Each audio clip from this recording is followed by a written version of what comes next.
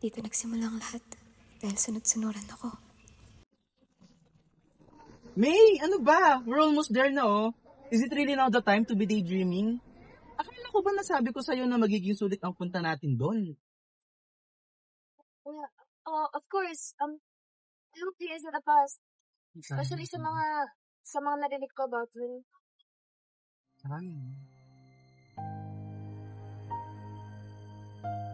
Sunod-sunuran ako sa lahat ng trip ng barkada. Kasi ayokong mag-isa.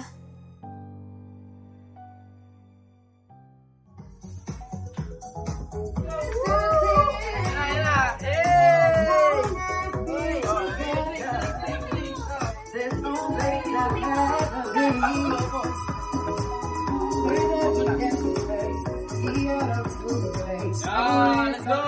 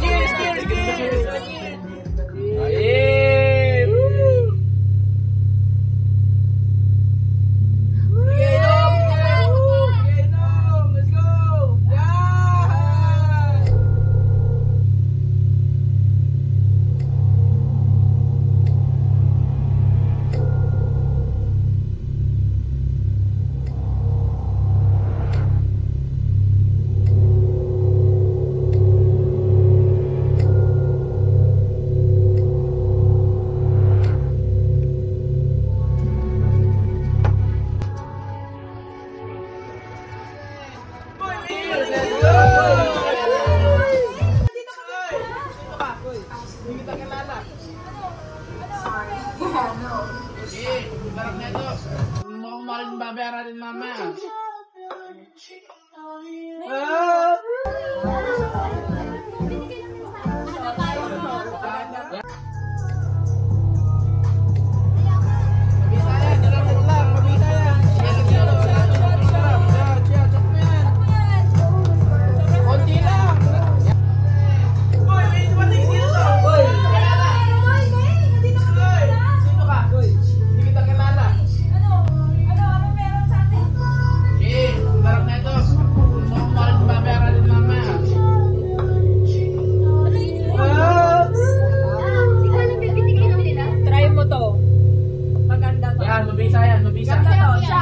Mabisayan, sir. Wait.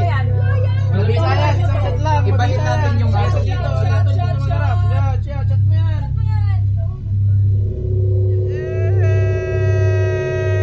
Let's go!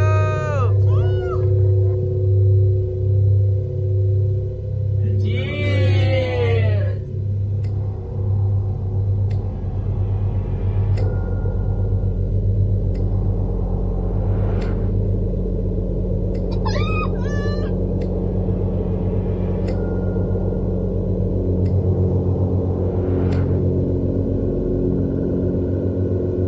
Masama na to. Nahihilo na ako.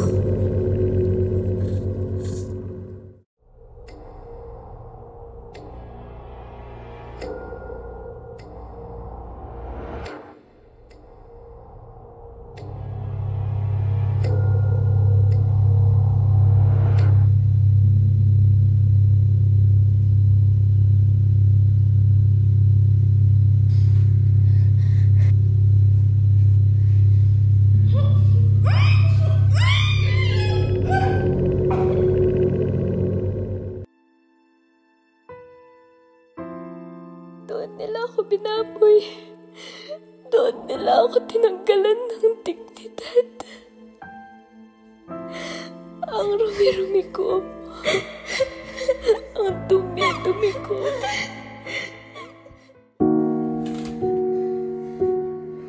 Anong mukhang ihaharap ko? Anong mukhang iharap ko sa mga magulang ko malito? Pero hindi ko ginusto yun.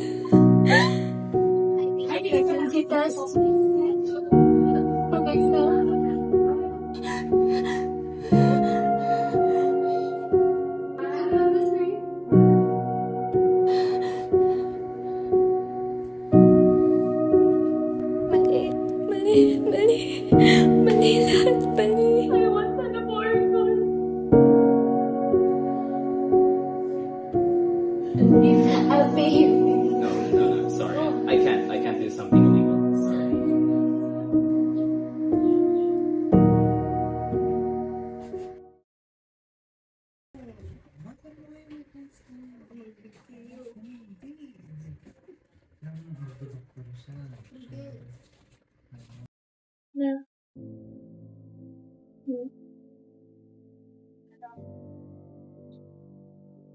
Aminin mo po.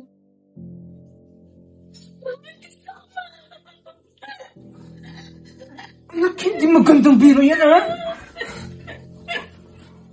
Ano ba naman, May?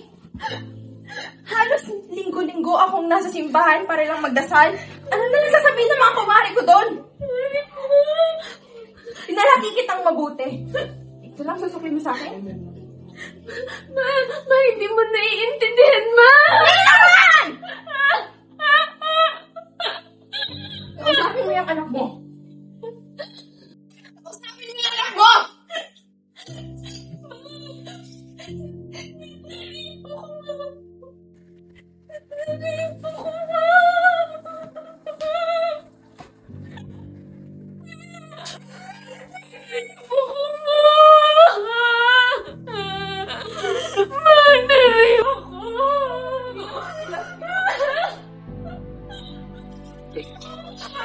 Sabihin mo ako kay Adrian!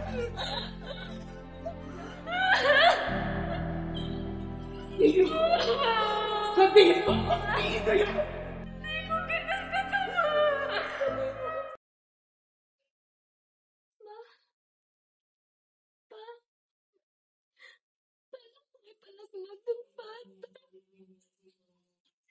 Pero ano, hindi ba't kasalanan yan sa Diyos? Hindi ba't nabagyan sa utos ng simbahan? Ma, pero hindi ko to ginusto, Ma. Kasi naiintindihan mo eh. Bawal nga yun.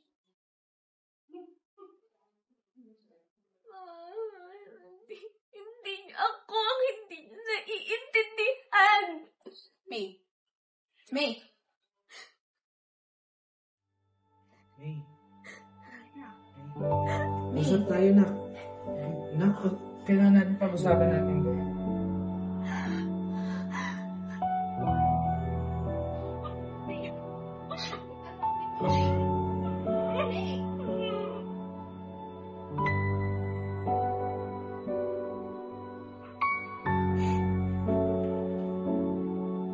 Kung hindi niyo ako kayang intindihin, sarili kong mga magulang na hindi nakakaintindi ng hirap, ng puot, at sakit na aking pinagdaanan.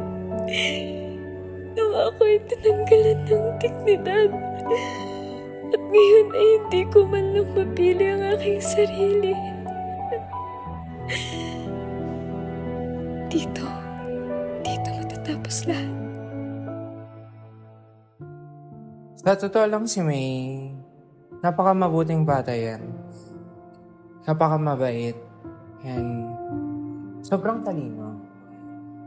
Naalala ko lang, pagdating ko nung galing sa trabaho, tumatabi siya sa akin and pinapakita niya yung lahat ng scores niya. And saya-saya niya, super. Naalala ko na yung mga kaibigan niya, sinasamahan siya.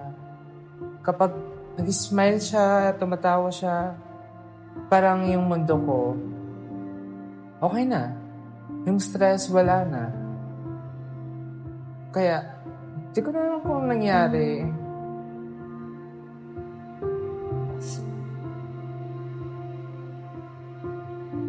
Nagsimula ang lahat nung natuto na siyang lumabas, ganyan.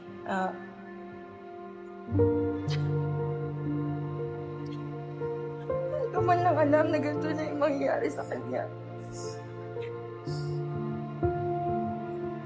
Aminado naman kami hindi kami perfectong ama't ina, pero minsan sinasabi ko na lang na sana ako na lang. Sana kaya kong akuin yung pinagdaanan ng anak ko kasi wala, napakabigat para sa kanya yun.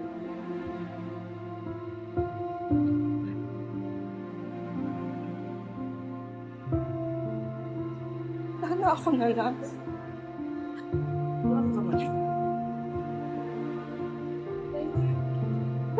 na lang yung nakaramdam ng sakit niya.